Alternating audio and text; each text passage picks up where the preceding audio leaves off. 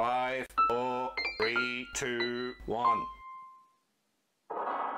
Hello, I'm Adam Paul Morgan. Thank you for clicking on to what is my top 5 films in this whole DC universe thing that they're doing. Now, of course, there's lots of films. You've got the Tim Burton Batman, you've got the Christopher Reeve Superman.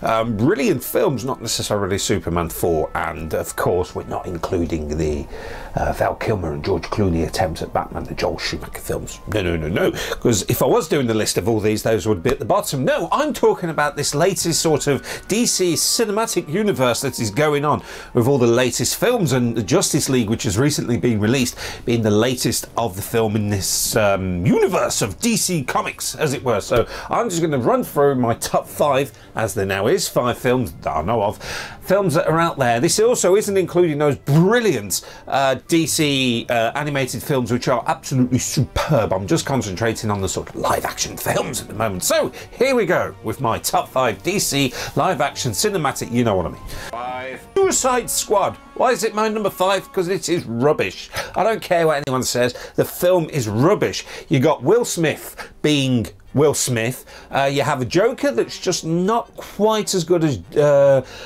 Heath Ledger or even Jack Nicholson, and you have a Harley Quinn, and the only selling factor that actually she was pretty good. I was going to say the hot pants. Come Halloween, all the ladies are dressed as Harley Quinn in the hot pants. I'm not perving, it's just a notification. What else was good about the film? The soundtrack was alright. Number 4, Justice League. I went to see it the other day. I tried to enjoy it, but unfortunately there's lots of sort of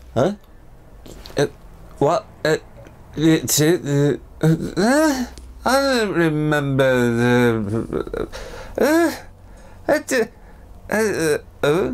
Wonder Woman was good though, but there's just so many things and so many problems with the film. I just didn't know who or what, why, where or whatever to sort of do the thing.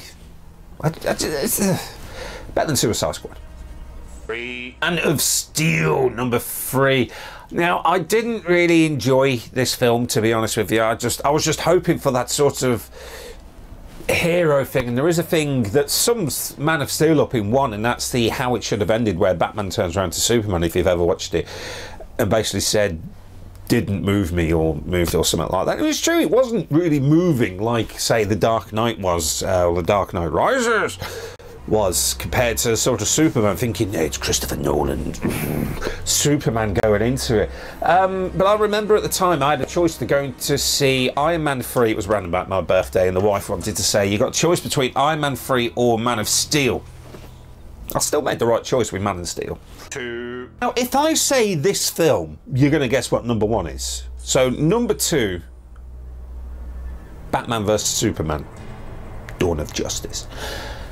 I didn't think it was too bad. I know there was a hoo-ha of the critics going on. I've done videos in the past about it, but I generally didn't think it was that bad that everyone was making it out to be.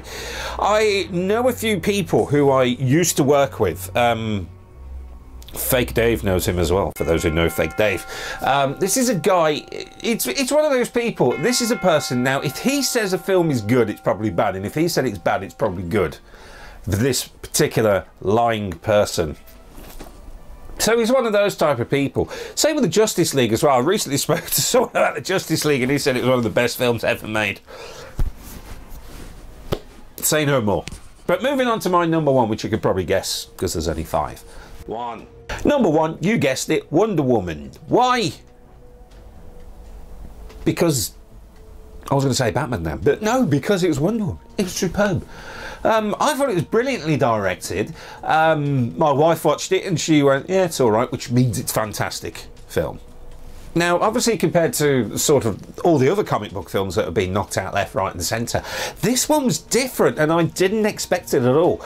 I didn't really do much into the behind the scenes, didn't really do much into the trailers and things like that. I know the sort of guy from Star Trek was in it, and I know Jasper Carrot's daughter was in it, the British comedian from Birmingham, daughter, who's also in the British version of The Office, etc., moving on. But no, it was refreshing. It was, yeah, I'm gonna whoop you up, but I'm going to make you realise, I'm going to do the thing for you. And it was just refreshing. So that's just my top 5 DC Universe things. And if you're a bit dissatisfied with this video, well, to be honest, the DC live action cinematic universe isn't that great when you really, the brilliant film is the 1 out of 5. That it's brilliant. Well, if you look at the animated series, or feature-length films for the DC Universe, they're fantastic. You got The Killing Joke. I thought that was fantastic. And there's loads more you can dive into. The Phantom Pain going on. There's loads of ones. There's so many out there that I can't even keep up. And of course, The Dark Knight Returns, Part 1 and Part 2. They were just fantastic films. So there we go. That's my top 5 live action DC films. And as I say, if you get to number 2, you can pretty much suss out what number 1 is. But that's my top 5 DC Universe so far. Thanks very much. Do want to subscribe, your scub, and hit the dislike button now, because I know I would. Thank you very much. Have a good one.